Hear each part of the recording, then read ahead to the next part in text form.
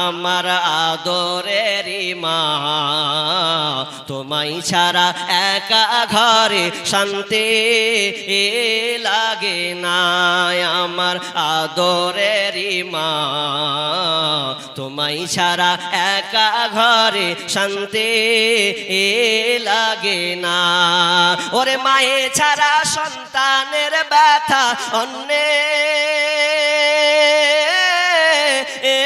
তো বুঝে না মাগো ওরে মায়ে ছাড়া সন্তানের ব্যথা অন্যে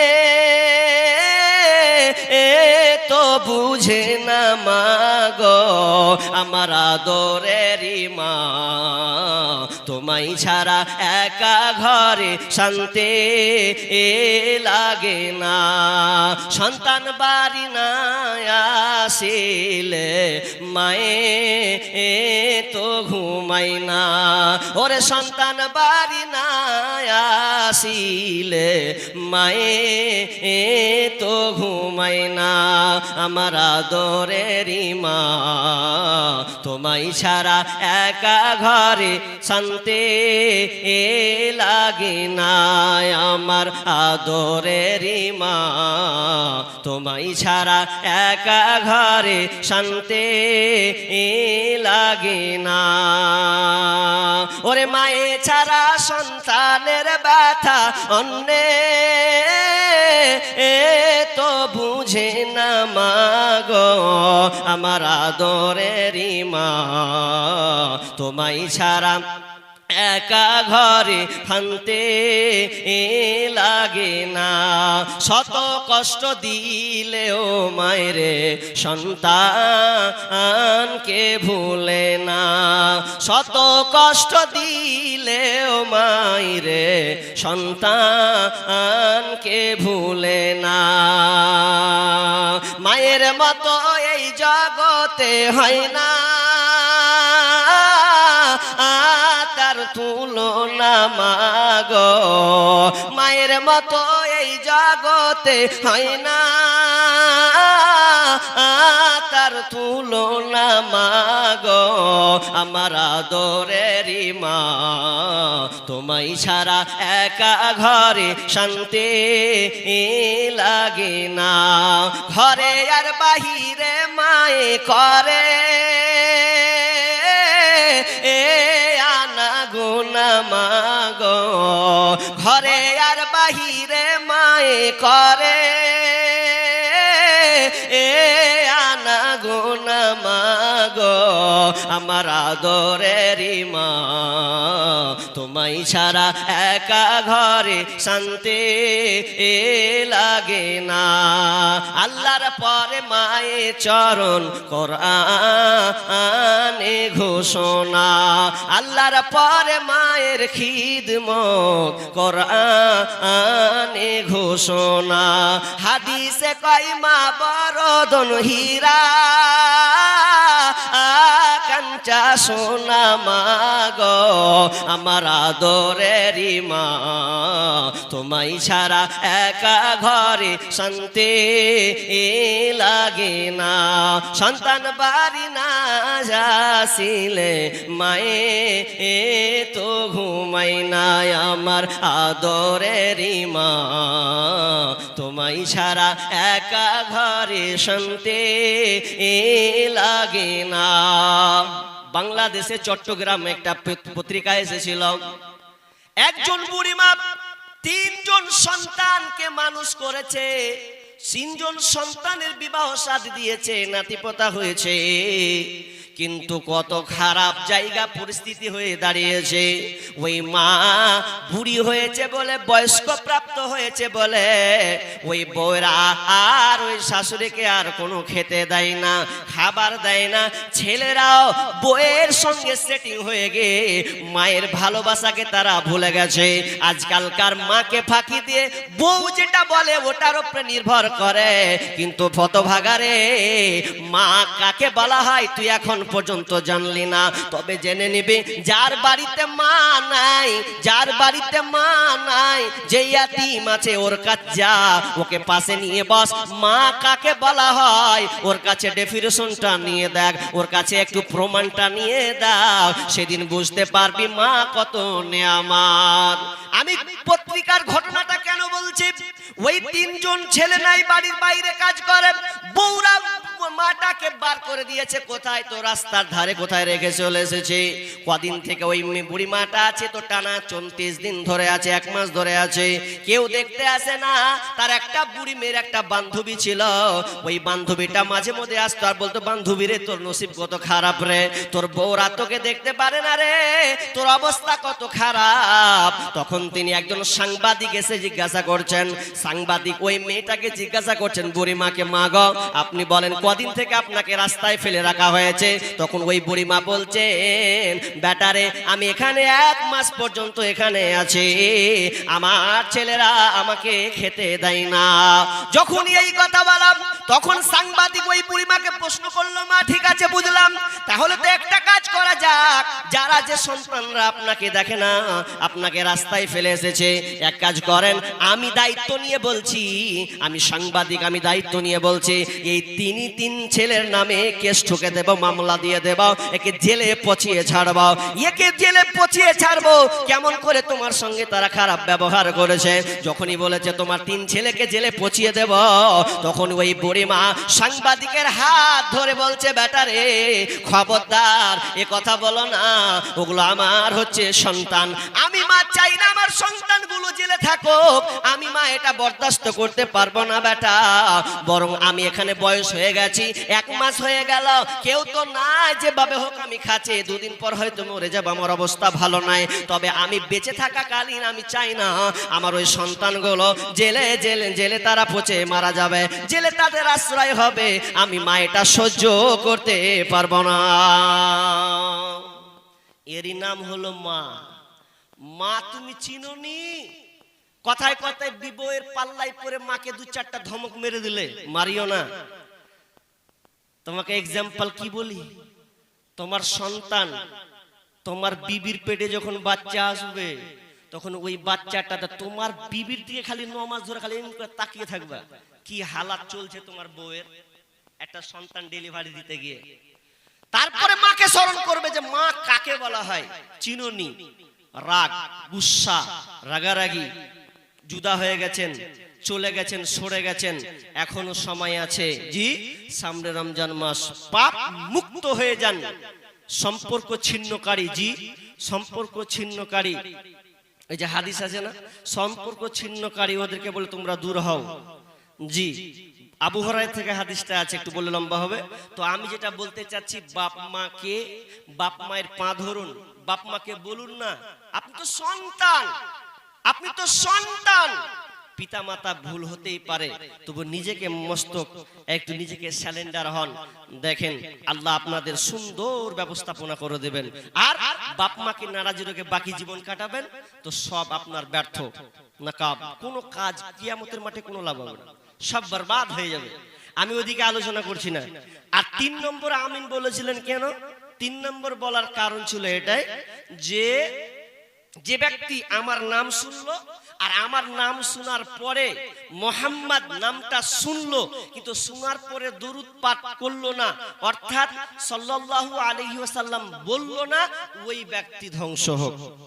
অনেক মানুষ আছে, এই মসজিদের ইমাম খতিব মোহাম্মদ কতবার যে নামলেই ও খেপার মতে মুখ লড়ে নেওয়া ইংরা আছে, নাহলে আছে, অত হতভাগা জানে না। না, মোহাম্মদ নাম বলতে হবে তো সঙ্গে সঙ্গে কি বলতে হবে? সাল্লাল্লাহু আলাইহি ওয়াসাল্লাম। মুখটা খুলবেন, বলবেন, দরুদ পাঠ করলেন তো আপনি নেকির সওয়াব হলেন, জি নেকির অধিকারী হলেন। যাক, আজকে যেটা আমার আলোচনা যে সিয়াম, সিয়াম কত গুরুত্বপূর্ণ, আল্লাহ সিয়াম নামের প্যাটার্নটা কেন বানালেন? হ্যাঁ জি, কালেমা পড়বো তো লোক বলবে যে এই ছেলেটা মুসলমান হলো নাকি, বুঝা যাবে। আচ্ছা, আমি নামাজ পড়বো আল্লাহু আকবার, তাহলে তাকবীরে তাহরিমা বাঁধবো, তারপরে দুআয়ে শানা, তারপরে ফাতিহা, তারপরে কোন একটা সূরা যোগ করব, তারপরে তাশাহুদ যাব, তারপরে তো আপনি রুকু করব, তারপরে তাশাহুদে বসবো, তারপরে তো সিজদা দিব। তো এটা বুঝা যাচ্ছে যে ও নামাজ পড়ছে। নামাজ পড়ে একটা বুঝা যায় যে আল্লাহ আমি তোমার কাছে দাঁড়ালাম। আর রোজা ফের এমনই বলছে, রোজা থেকে কি হয়েছে, কি বুঝছি বলেন তো? রোজা রাখবে, রোজা নামের প্যাটার্নটাতে কি এমন লুকিয়ে আছে। বাকি ইবাদত করলে তো মজা পাচ্ছি, বুঝতে পারছি, ভালো লাগছে যে এটা এসে, কিন্তু রোজা কি, কেন আল্লাহ রোজা বানালেন? বিসমিল্লাহির রহমানির রহিম। ইয়া আইয়ুহাল্লাযীনা আমানু কুতিবা আলাইকুমুস সিয়াম কামা কুতিবা আলাল্লাযীনা মিন ক্বাবলিকুম লাআল্লাকুম তাত্তাকুন। রব্বুল আলামিন বলছেন, ইয়া আইয়ুহাল্লাযীনা আমানু, হে ঈমানদারেরা, কুতিবা আলাইকুমুস সিয়াম, তোমাদের উপরে রমজান মাসের রোজাকে ফরজ করা হয়েছে। কামা কুতিবা আলাল্লাযীনা মিন ক্বাবলিকুম, শুধু তাই নয়, তোমরা ভাবিও না তোমাদের উপরে শুধু রমজান মাসে রোজাকে ফরজ করেছে, শুধু তাই নয়, বরং কি তোমাদের পূর্ববর্তী যারা তাদের উপরে রমজান মাসে রোজা ফরজ করা হয়েছিল। কেন এটা আল্লাহ প্যাটার্নটা বানিয়েছেন? লাআল্লাকুম তাত্তাকুন, বান্দারে যাতে তোরা মুত্তাকি হয়ে যেতে পারিস, এই জন্য আমি আল্লাহ এই রোজাটা তোদেরকে দিয়েছি। তিনটা কথা আছে, একটা কথা নিয়ে আসছি। কি কথা? পূর্ববর্তী লোকদের উপরে রোজা ফরজ ছিল, তো ওদের রোজা আর আমাদের রোজা কি এক ছিল? জি, এক ছিল। আদম আলাইহিস সালামের সময় রোজা ছিল, কেমন ছিল তা বর্ণনা নাই। নূহ আলাইহিস সালামের সময় রোজা ছিল, কেমন ছিল? জয়ীফ হাদিস, নাসির আলবানী হাদিসটি জয়ীফ করেছেন, কারণ ওখানে যে রাবি আছে ও হচ্ছে জয়ীফ রাবি, দুর্বল রাবি। তো ওখানে বলা হচ্ছে, আল্লাহ রাসূল বলছেন কি, যে নূহ আলাইহিস সালামের রোজা হলো ঈদুল ফিতর এবং ঈদুল আজহা বাদ দিয়ে সারা বছরই রোজা ছিল। তো নাসির আলবানী তিনি কলম ধরে বলছেন যে যদিও এটা আমাদের উম্মতে মুহাম্মাদির জন্য নয়, এটা পূর্ববর্তী, যদিও হতো তো আমাদের জন্য বর্তাতো না, ওটা থাক, ওটা একদিকে। মুসা আলাইহিস সালামের সময়ও রোজা ছিল। ইবনে আব্বাস রাদিয়াল্লাহু তাআলা আনহু তিনি বর্ণনা করছেন, আল্লাহ রাসূল যখন মক্কা থেকে মদিনা চলে গেলেন, তো মদিনা গিয়ে ইহুদিদেরকে দেখতে পেয়েছেন যে আশুরার দিনে ওরা রোজা রাখছে। তো আল্লাহ রাসূল ওদেরকে জিজ্ঞাসা করলেন, হ্যাঁ গো, হ্যাঁ মাহাদা, এটা তোমরা কি করছো, এটা কেমন রোজা, কিসের রোজা? তো ইহুদিরা বলছে, আমরা এই রোজাটা রাখছি, এই রোজাটা আমরা আশুরার দিনে এই জন্য রাখছি যে মুসা আলাইহিস সালাম বানি ইসরাইলের কওমকে ফেরাউনের কবল থেকে বাঁচিয়েছিলেন, মুক্তি দান করেছিলেন, এই জন্য আল্লাহর শুকরিয়া স্বরূপ মুসা আলাইহিস সালাম রোজা রেখেছিলেন, এই জন্য আমরাও আজকে এই রোজা পালন করছি। বিস্তারিত নয়, বুঝলেন? তার মানে রোজা ছিল। আচ্ছা, দাউদ আলাইহিস সালামের রোজা জি ছিল। আল্লাহ রাসূল বলছেন, আল্লাহর কাছে সবচাইতে প্রিয় রোজা হলো দাউদ আলাইহিস সালামের রোজা। কেননা দাউদ আলাইহিস সালামের রোজা হতো একদিন রোজা রাখতো আর একদিন ছাড়তো, একদিন রাখতো আবার একদিন ছাড়তো, মানে রাখা আর ছাড়া, একদিন পর পর রোজা রাখতেন। প্রত্যেকটা নবীর যুগে রোজা ছিল। যেমন ঈসা আলাইহিস সালামের সময়ও রোজা ছিল। মারিয়াম আলাইহিস সালাম যখন প্রেগনেন্ট হলেন, তো লোকেরা জিজ্ঞাসা করছে কি জানেন, এই স্বামী ছাড়া তোর পেটে সন্তান, মানে স্বামী ছাড়া সন্তান হলো কি করে, কি করে আসলো? আল্লাহ তাআলা মারিয়ামকে শিক্ষা দিলেন বা শিখিয়ে দিলেন কি, যখন লোকেরা তোমাকে বলবে এটা কি করে হলো, তোমরা বলবে ইন্নী নাযারতু লির-রাহমানি সাওমা, আমি আজকে আল্লাহর জন্য রোজার মান্যত রেখেছি, ফালানুকাল্লিমাল ইয়াউমা ইনসিয়া, তবে শোনো আজকে আমি কারোর সঙ্গে কথা বলবো না, কারণ আমি আজকে রোজার মান্যত করেছি, এই জন্য কারোর সঙ্গে আমি আজ কথা বলবো না। সূরা মারিয়াম 26 নম্বর আয়াত। তাহলে বোঝা গেল কি, যে রোজা সমস্ত নবীর যুগে ছিল। তো কেমন ছিল প্যাটার্নটা, এটা ব্যাখ্যা বর্ণনা সেরকম নাই। আর আমাদের রোজা কখন থেকে হলো? শাবান মাসের দ্বিতীয় হিজরি, শাবান মাসের দ্বিতীয় হিজরিতে এটা ফরজ হলো, দিয়ে তারপরে কি হয়ে গেল, রমজান মাসে নিয়ে আসা হলো। তো যদিও রোজা ছিল, কিন্তু আমাদের মতন যে এখন বর্তমানে 12 ঘন্টা 14 ঘন্টা রাখছি, বাকি আনন্দ ফুর্তি করছি, কিন্তু ওই সময় এরকম ছিল না। সহিহ বুখারী তুলুন বারা ইবনে আজিব রাদিয়াল্লাহু তাআলা আনহু হাদিসটি বর্ণনা করছেন। কি হাদিস? যে মানে রোজার প্যাটার্নটা, নিয়মটা কেমন ছিল, যে মাগরিবে ইফতার করে লাও, এশার আগে পর্যন্ত খাও, যা স্ত্রী মিলন যা করবে করে লাও, এশার পরে ঘুমিয়ে গেলে আর 8টার পরে তুমি স্ত্রী সঙ্গম করতে পাবে না। যদি করো তাহলে কিন্তু রোজা হবে না, বরবাদ। খুলে বলছি, হাদিসটার দিকে লক্ষ্য করুন। কি লক্ষ্য? একজন সাহাবী ছিলেন, সাহাবীটার নাম আনসারী সাহাবী। নামটা কি? কাইস ইবনে সিরমা সাহাবী। কাইস ইবনে সিরমা একজন চাষি মানুষ, মাঠে গেছেন চাষ করতে, রোজা অবস্থায় রোজা রেখেছেন, চাষ করতে গেছেন। এমন সময় চাষ করতে গিয়ে তিনি ক্লান্ত হয়ে গেছেন। আজকে ইফতার করব মাগরিবের সময়। এই মাগরিবে ইফতার করতে গিয়ে তিনি বিবিকে বলছেন, বিবি রে ইফতার করব, কোনো খাবার আছে কিনা দাও। বিবি বলছেন, স্বামী আমার বাড়িতে কোনো আর খাবার নাই। বলছেন, তাহলে কেমন করে ইফতার করি রে? বিবি বলছেন, স্বামী আপনি একটু বসেন, একটু আরাম নেন, আপনি বসে পড়ুন, আমি পাশের বাড়ি গিয়ে আপনার জন্য খাবার জোগাড় করে নিয়ে আসছি। এই খাবার জোগাড় করা আনতে গিয়ে কিছু লেট হওয়ার কারণে সিরমা রাদিয়াল্লাহু তাআলা আনহু তিনি কি করলেন, সঙ্গে সঙ্গে যেন ঘুমিয়ে গেছেন, ক্লান্ত শরীর ঘুমিয়ে গেছেন। বিবি এসে স্বামীকে দেখছেন ঘুমিয়ে গেছে, যেমন ঘুমিয়ে যাওয়া স্ত্রী মাথা হাত দিয়ে বলছেন, স্বামী রে আফসোস স্বামী, কি করে দিলে, ঘুমিয়ে গেলে আর তুমি তো খেতে পাবে না, খেতে তো পাবে না, আবার পরের দিন সন্ধ্যায় তুমি খেতে পাবে। তার মানে টানা 2 দিন হয়ে গেল। সামান্য একটা ভুলের কারণে আপনি মাগরিব পর যদি ঘুমিয়ে গেছেন, যদি আর উঠতে না পেরেছেন 8টার আগে, তাহলে আপনার আর কিছু খেতে আপনি পাবেন, আপনার জন্য হারাম হারাম হারাম হারাম। এবার দিনের বেলা কাজ করতে গেছে, একদিন না খেয়ে আছে, দ্বিতীয় দিন চলছে। এমন সময় দুপুর বেলায় রোদ্রে কোদল খুঁড়তে চাষ করতে রোদের দিনের দিবালোকে এত প্রহর রোদ কি করে সহ্য করে? ওই সাহাবীরা সঙ্গে সঙ্গে চোখ বড় বড় করে অজ্ঞান হয়ে গেছে, মানে বেহুশের মতন হয়ে গেছে। লোকরা ছুটে গিয়ে, আরে পানি ঢাল রে, পানি ঢাল দিয়ে সাহাবী কাছে চল, এরকম ঘটনা ঘটে গেছে। আর ওই দিনই আবার আরেকটা ঘটনা ঘটে গেছে। তার রাতে কি হয়েছে? তো উমর রাদিয়াল্লাহু তাআলা আনহু বিবির সঙ্গে মিলন করে দিয়েছেন। দুইটাই নবী কাছে চলে গেলেন, দিয়ে আল্লাহ সুবহানাহু ওয়া তাআলা সূরা বাকারার 187 নম্বর আয়াতকে অবতীর্ণ করে দিলেন, দিয়ে বললেন, তোমরা রাতের সময় তোমাদের স্ত্রী সম্ভব, তোমরা কারো হুন্না লিবাসুল লাকুম ওয়া আনতুম লিবাসুল লাহুন্না, তোমাদের স্ত্রী হচ্ছে পোশাক, তোমরা তার পোশাক, তোমরা তার পোশাক, ওর হচ্ছে তোমরা পোশাক। অতএব তোমরা স্ত্রী সম্ভব করো, কোনো অসুবিধা নাই।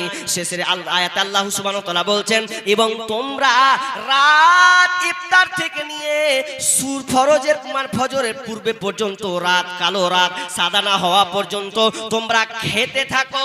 তোমার লড়ারে যতই ঢুকে, তোমার নলে পাইবে যত খাবার যায়, তুমি গিলতে থাকো, খেতে থাকো, কেউ তোমার বাধা দেওয়া নাই, কোনো অসুবিধা নাই।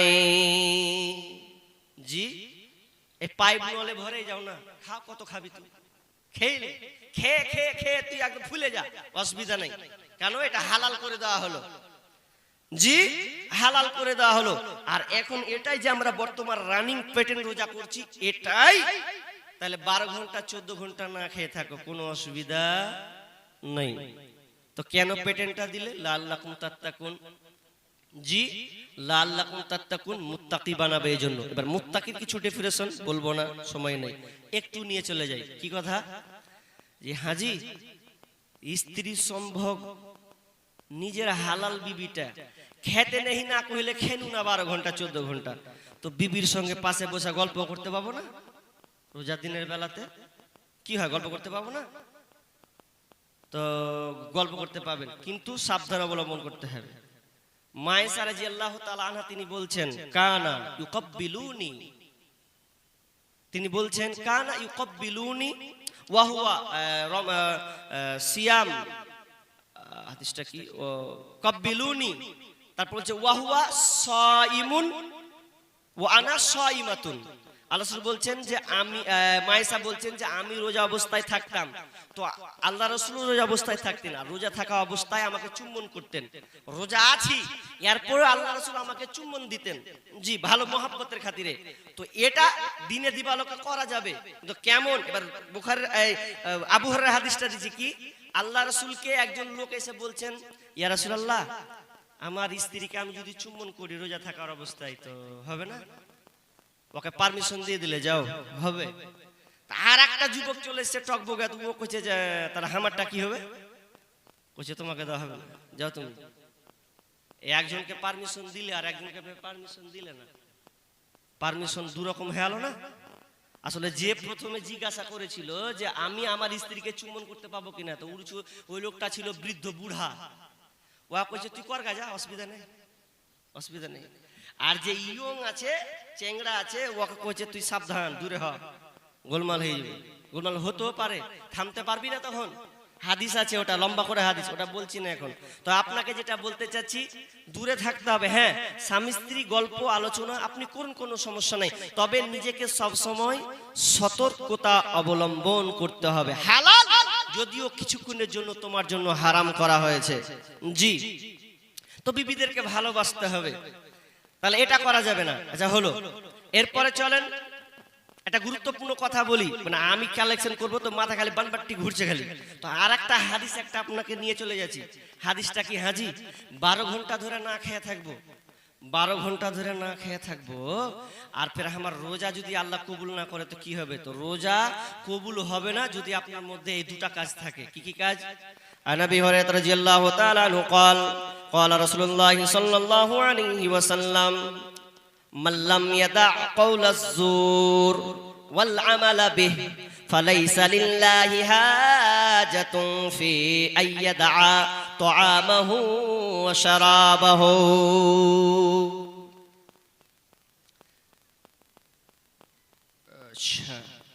তাহলে এটা একটু বলে লি দিয়ে বিরতি। আল্লাহ রাসূল কি বলছেন জানেন? খুব চমক কথা আছে। চলে এসেছে ছেলেপিলা, কি হ্যাঁ আসছে, মাইক ধরলি চলে যে ভয়ে দাহাম নকর থেকে যাবো। হ্যাঁ, যাই হোক, কি বলতে চাইছি, আল্লাহ রাসূল বলছেন আইয়াদা, আল্লাহ বলছেন মাল্লাম ইয়াদা কাউলাজ জুর ওয়াল আমালা বিহি, যে ব্যক্তি মিথ্যা কথা ছাড়তে পারলো না। ভালো করে শুনেন, এখানে বুঝাতে গেলে অনেক ফিলোসফার কথা আছে, আবার এখানে আপনাকে উদাহরণ দিতে হবে, সময় লাগবে, এটা পরে লিখব, খালি 1-2-4 মিনিট বুঝে নেন কি কথা বলছি। যে ব্যক্তি মিথ্যা কথা ছাড়তে পারলো না, আর ওয়াসরিল গর্হিত কাজ মানে খারাপ অন্যায় কাজকে ছাড়তে পারলো না, তাহলে ফি আইয়াদা তাআমাহু ওয়া শারাবাহু, তাহলে ওই লোকটার না খেয়ে থাকা, হ্যাঁ অনাহারে থাকা, আল্লাহর কাছে কোনো তার মূল্য নাই। ভালো করে বুঝবেন হাদিসটা। কেন 14 ঘন্টা 12 ঘন্টা রোজা থাকবো আর আমার রোজা কবুল হবে না? না হবে না, যদি আপনি মিথ্যা কথা বলেন রোজা অবস্থায়। আচ্ছা বলুন তো, মানুষ রোজা অবস্থায় মিথ্যা কথা বলে না? বলে না? বলে না? একটা মেশিন আছে, মেশিনটার নাম জানেন? ওই মেশিনটার নাম হচ্ছে মোবাইল চৌধুরী। কি বললাম? মোবাইল চৌধুরী। মেশিন খাতারনাক মেশিন। ওকে ফোন করছে, হ্যাঁ তুই কোনটা আছিস? ও খবর পেয়ে যে রায়গঞ্জে আছে, হয়তো তোকে কিছু মাল নিয়ে আসতে বলবো, বোতল বাড়ি, তার কত দূর যাবো? 16 কিলোমিটার। ওকে বলছে নিয়ে আসবি, তো বলছে খ্যাপা কোনটা? আমি রায়গঞ্জে নেই রে। কোনটা এসছিস? মালদা এসছি খ্যাপা। অথচ ও রায়গঞ্জে আছে, ওইখানে আড্ডা মারছে। মিথ্যা কথা বলে রোজার আবার। আচ্ছা রোজা আল্লাহর কাছে কোনো মূল্য নেই, বরবাদ। খারাপ কাজ, অন্যায় অশ্লীল কাজ, রোজা আছে লোককে গেল দিছে, তোপাবাজি করছে, এই করছে সে করছে। একটা হাদিস বলছি দেখেন, রোজা রেখে কোনো লাভ হবে না। মুসলিম শরীফের একটা হাদিস নিয়ে আসছি, তারপরে ইনশাআল্লাহ বিরতি নিয়ে নিচ্ছি। 1 সেকেন্ড আপনার ধৈর্য রাখুন, কয়েকটা মিনিট। কি রোজা রেখেও আপনার লাভ হবে না, যত বড় হাজি গাজি হন বরবাদ হবে। মুসলিম শরীফের হাদিস ঢুকাচ্ছি এখানে, এই হাদিসটাকে বুঝাবার জন্য। কি আল্লাহ রাসূল সাহাবীদেরকে বলছেন, আতাদরুনা মাল মুফলিস, ও সাহাবীরা বলো অসহায় ব্যক্তিকে, গরিবকে, কোন লোকটা অভাবী এটা কি তোমরা জানো? সাহাবীরা সঙ্গে সঙ্গে উত্তর দিলেন, ক্বালুল মুফলিসু ফিনা মান লা দিরহাম লাহু ওয়ালা মাতা, আমি আল্লাহ রাসূল সাহাবীরা বললেন যে এই লোকটার টাকা পয়সা নাই, ধন সম্পদ নাই, ওই লোকটা হলো অভাবী। বিষ্ণু বলছেন না না না, বিষ্ণু ফাকালা ইন্নাল মুফলিসা মিন উম্মতি ইয়াতি ইয়াউমাল কিয়ামাতি বিসালাতিন ওয়া সিয়ামিন ওয়া যাকাতিন। বিষ্ণু বলছেন না না, ওই লোকটা অভাবী নয়। অভাবী হলো ওই লোকটা যে ব্যক্তি কিয়ামতের ময়দানে আমার উম্মতের মধ্যে আমার উম্মতেরা কিয়ামতের ময়দানে যখন নামাজ নিয়ে দাঁড়াবে, সিয়াম নিয়ে দাঁড়াবে, দান সাদকা নিয়ে দাঁড়াবে, কিন্তু ওই লোকটা এমন হালাতে উঠবে যে হালাতে উঠবে ওই এমন হালাতে উঠবে যেই লোকটার গীবাতের গুনাহ আছে বা কাউকে অন্যায়ভাবে গালি দিয়েছে, কারো গীবাত করেছে, কাউকে হত্যা করেছে, কারো জমি আত্মসাৎ করেছে, কাউকে মার্ডার করে দিয়েছে, ওই লোকটা তখন দাঁড়িয়ে যাবে। আর যারা পাওনাদার তারাও দাঁড়িয়ে যাবে। কে দাঁড়াবে? আমার জমি মেরে খেয়েছে ওই হাজী সাহেব আমার জমি মেরে খেয়েছে, দুনিয়ার দাম্ভিকতা দেখিয়েছে, পাওয়ার অহংকার দেখিয়েছে, দুনিয়ার তাকাব্বুর দেখিয়েছে, এখন আমি মিটিয়ে নিব হিসাব। দাঁড়িয়ে যাবে। যাকে গালি দিয়েছেন ও দাঁড়িয়ে যাবে, ও আমাকে মেরেছিল, গালি দিয়েছিল। যাকে হত্যা করেছেন সে দাঁড়িয়ে যাবে, হত্যা করেছে। আপনি এইদিকে নামাজ নিয়ে উঠেছেন, রোজা নিয়ে উঠেছেন, দান সাদকা নিয়ে উঠেছেন, তো বিচার ফাইসালাটা কি হবে? ফেরেশতারা তখন কি করবে? আপনার নামাজ, রোজা, দান সাদকা, ভালো ভালো আমলগুলোকে ট্রান্সফার করে ওকে দিয়ে দেবে। ট্রান্সফার করে যখন দিয়ে দেওয়া হলো, এরপরে তার দিতে দিতে তার কোনো আর আমল নাই, কোনো নেকি নাই, কোনো তার যেন আর নেকি নাই। এমন সময় আল্লাহ তাআলা বলেন এক কাজ কর, আর তোর কোনো নেকি নাই, তাহলে যার গীবাত করেছে, যাকে গালি দিয়েছে, প্রহার করেছে, মেরেছে, তুমি ওর গুনাহগুলোকে এর ঘাড়ে চাপিয়ে দাও। যখন এর ঘাড়ে চাপিয়ে দেওয়া হবে রে, তখন আর কোনো আমল নাই, গুনাহ আর গুনাহ, গুনাহ আর গুনাহ, তখন তাকে জাহান্নামে নিক্ষেপ করা হবে। সহিহ তারগিবে হাদিসটি আর স্পষ্ট আছে, যখন বিচারের ময়দানে আমলনামা দেওয়া হবে, ইন্নার রাজুলা লা ইউতা কিতাবাহু মানসুরা ফায়াকুলু ইয়া রাব্বি ফাআইনা হাসানাতু কাদা ওয়া কাদা। হে আল্লাহ, আমার ভালো আমলগুলো কই, নামাজের নেকিগুলো কই, দান সাদকার নেকিগুলো কই, রোজা রেখেছি 14 ঘন্টা না খেয়ে থেকেছি, আমলগুলো কই? আল্লাহ এক কথা উত্তর দেবেন, ফায়াকুলু মুহিয়াত বিইকতিয়াবিকান নাস, তুমি লোকের গীবাত করেছিলে, এইজন্য তোমার সমস্ত আমলকে আমি আল্লাহ বরবাদ করে দিয়েছি। আল্লাহর কাছে যদি তুমি করে থাকো পাপ, ইচ্ছে করলে আল্লাহ তাআলা করবে তোমায় মাপ। বান্দার হক নষ্ট করলে, বান্দার হক নষ্ট করলে হবে না ক্ষমা। পরের ঋণ আমলনামা কইরো না জমা, তোমরা পরের ঋণ আমলনামা কইরো না জমা। লক্ষ টাকা দান করিলে হবে যে সওয়াব, হাল ঠেলিয়া জমি খাইলে তার চেয়ে বড় পাপ। লক্ষ টাকা দান করিলে হবে যে সওয়াব, পরের জমি মেরে খাইলে তার চেয়ে বড় পাপ। যতই করো নামাজ রোজা, মাথায় লইয়া ঋণের বোঝা, রোজ হাসরে যাইবা সোজা, রেহাই পাইবা না। পরের ঋণ আমলনামা কইরো না জমা, তোমরা পরের ঋণ আমলনামা কইরো না জমা। সামনে পিছে লোকের নিন্দা করিলে বদনাম, আল্লাহ বলেন তাদের জন্য কঠিন জাহান্নাম। সামনে পিছের লোকের নিন্দা করিলে বদনাম, আল্লাহ বলেন তাদের জন্য কঠিন জাহান্নাম। পরের সুনাম করলে ক্ষুণ্ণ, নষ্ট হবে নিজের পূর্ণ। পরের সুনাম করলে ক্ষুণ্ণ, নষ্ট হবে নিজের পূর্ণ। নিজের ঘাড়ে চলে আসবে, নিজের ঘাড়ে চলে আসবে পরেরই গুনাহ। পরের ঋণ আমলনামা কইরো না জমা, তোমরা পরের ঋণ আমলনামা কইরো না জমা। তাহলে রোজা রাখতে গেলে মিথ্যা ছাড়তে হবে, অন্যায় অশ্লীল গর্হিত কাজ, খারাপ কাজকে আপনাকে ত্যাগ করতে হবে, তাহলে আল্লাহ আপনার রোজাকে কবুল করবেন। জি, আমি ইনশাআল্লাহ বিদায় নিনি, একটু পেন্ডিং, মানে কি আপনারা গুরুত্বপূর্ণ একটা জিনিস দেখতে পাবেন, তাই এজন্য এখানে কিছুক্ষণের জন্য আমি বিরতি নিছি। তো বিরতিটা হলো এই যে ছেলেগুলো কেউ 2 বছর 3 বছর ধরে 4 বছর ধরে এই প্রতিষ্ঠানে পড়েছেন এবং তারা সম্পূর্ণ কোরআন 30 পারা মুকাম্মাল করে তারা আয়ত্তে নিয়ে এসেছেন, ব্রেনে লোড করেছেন। জি, এটা হচ্ছে বড় একটা নেয়ামত। তো আপনারা আজকে দেখতে পাবেন সচক্ষে। তবে আমার ভাইদের বলবো, ভাই যারা দাঁড়িয়ে আছেন আল্লাহর রাস্তায় একটু বসেন কষ্ট করে। এই লোকগুলাকে বুঝাতে বুঝাতে পরেশান হয়ে গেলাম গো। ট্রেনে যখন দাঁড়ায় হাই প্রতিদিন মাঝে মধ্যে ট্রেনে চাপি, তো একটু যদি কহি যে একটু বস, মানে 5 জন আছে তাও কোচে জান জ্বলে না, একটু বসতে দাও না, তোর একলাই বাপের হবে, আমার টিকিট কেটেছি, বসতে দিবি না তো মেরে দেবো ফাইট। তো বসার লেগে ফাইট মারামারি হয়। আর এত সুন্দর বসার সুযোগ করে দিয়েছে, বলছে ঘোড়া তো ঘোড়াই থাকি এরকম। বসেন আল্লাহর রাস্তে দিয়ে এই দৃশ্যগুলো আপনারা দেখেন কি হচ্ছে আজকে। বসেন না রে ভাই, এত করে বলছি তাও শুনে না, বলছে খাপা পাগলা কোন মুর্শিদাবাদ থেকে চলে এসে কি বলছে এগুলো। হ্যাঁ বসেন, ভালো লাগবে। জি মাইক লেন, একটা ওটা মাইক নেই। আসসালামু আলাইকুম রহমতুল্লাহি ওয়া বারাকাতুহু। প্রিয় শ্রোতা মণ্ডলী, পূর্বের ঘোষণা অনুযায়ী আমরা প্রত্যেকে অবগত যে ফাজিলাতুল শেখ জনাব হায়দার আলী সাহেবকে আমরা কিছুক্ষণের জন্য বিরতি প্রদান করব এবং এরই মাঝে সেরে নিব মাদ্রাসা তাহফিজুল কোরআনের পক্ষ থেকে যে সমস্ত হাফিজগণ সারা ভারত জুড়ে বিভিন্ন প্রতিযোগিতায় অংশগ্রহণ করে এবং বিভিন্ন স্থান অধিকার করে মাদ্রাসার সুগন্ধি ও সুনাম ছড়ায়, তাদের হাতে মাদ্রাসা তাহফিজুল কোরআন থেকে ছোট্ট ছোট্ট সম্মাননা প্রদান করা হবে।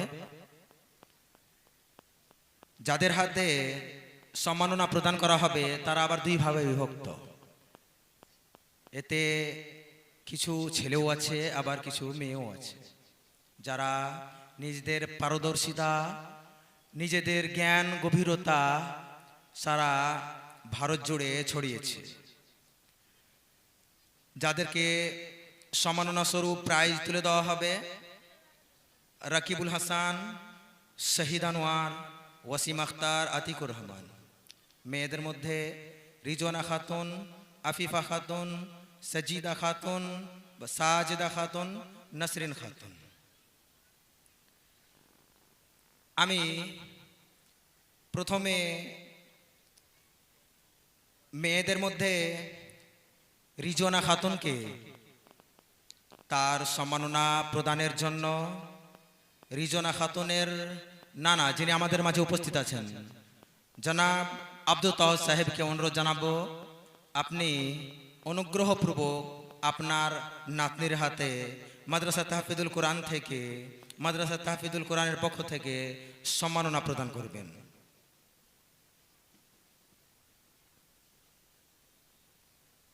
রিজওয়ানা খাতুন সামনে আসেন।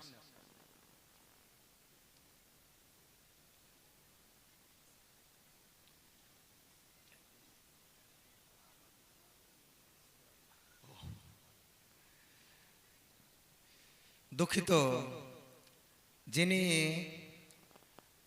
রিজওয়ানা খাতুনের হাতে সম্মাননা তুলে দিলেন তিনি মাদ্রাসার কর্ণধর হাফিজ রফিক আলম সাহেবের নানা হলেন। তারপরে সম্মাননা প্রদান করা হবে আফিফা খাতুনকে। আফিফা খাতুনকে তার সম্মাননা তুলে দিবেন আমাদের মাঝে উপবিষ্ট ফজিলাতুল শেখ জনাব মুর্শিদ আলম আল মাদানী সাহেব হাফিজাহুল্লাহ।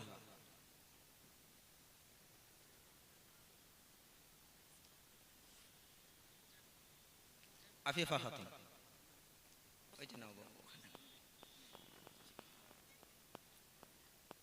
এরপর মাদ্রাসা তাহফিজুল কোরআনের পক্ষ থেকে সম্মাননা প্রদান করা হবে সাজিদা খাতুনকে। সাজেদা খাতুনকে সম্মাননা প্রদান করবে আমাদের মাঝে উপস্থিত প্রখ্যাত ও বিশিষ্ট মাদ্রাসা মিফতাহুল উলুম বিলাসপুর এর সদরুল মুদাররিসিন তথা হেড মৌলানা ফজিলাতুল শেখ জনাব মুসলিহুদ্দিন আসসালাফি সাহেব। সাজেদা খাতুন তুমি সামনে আসো।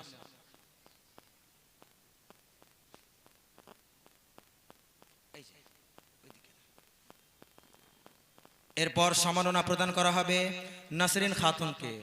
নাসরিন খাতুনকে সম্মাননা প্রদান করবে মাদ্রাসা তাহফিজুল কোরআনের ডাইরেক্টর তথা পরিচালক,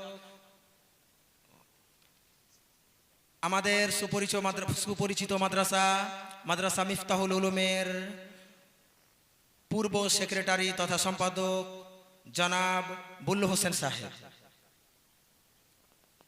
নাসরিন খাতুন, তুমি সামনে আসো।